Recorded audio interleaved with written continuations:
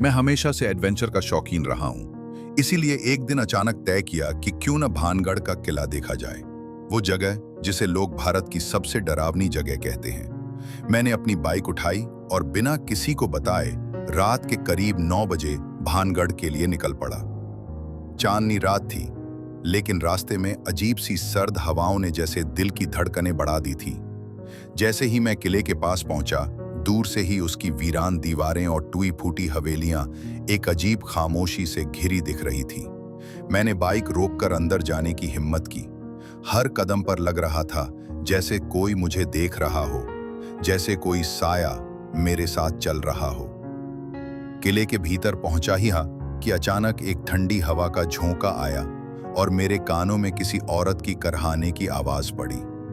मैं चौंक कर इधर उधर देखने लगा। तभी दूर एक कोने में मुझे एक सफेद साड़ी पहने औरत दिखी। उसके बाल खुले थे, पांव उल्टे थे और उसकी आंखें जलती हुई अंगारों जैसी चमक रही थी।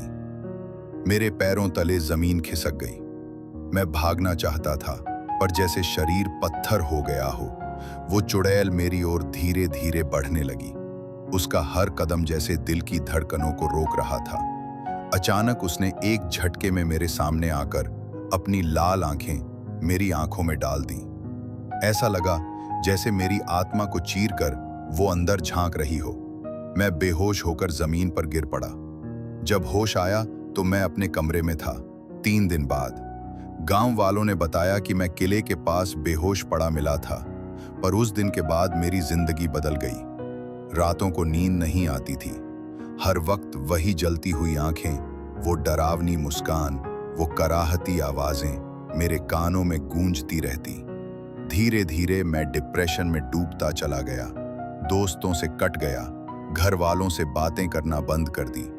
हर पल यही डर लगा रहता कि वो चुड़ैल फिर से मेरे सामने आ जाएगी।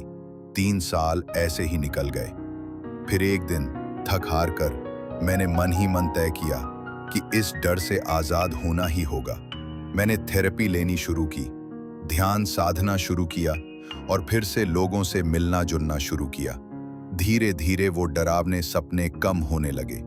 आज जब पीछे मुड़कर देखता हूं तो लगता है कि वो डर सिर्फ बाहर की नहीं, मेरे अंदर की एक परछाई थी जिससे लड़कर मैंने खुद को पाया।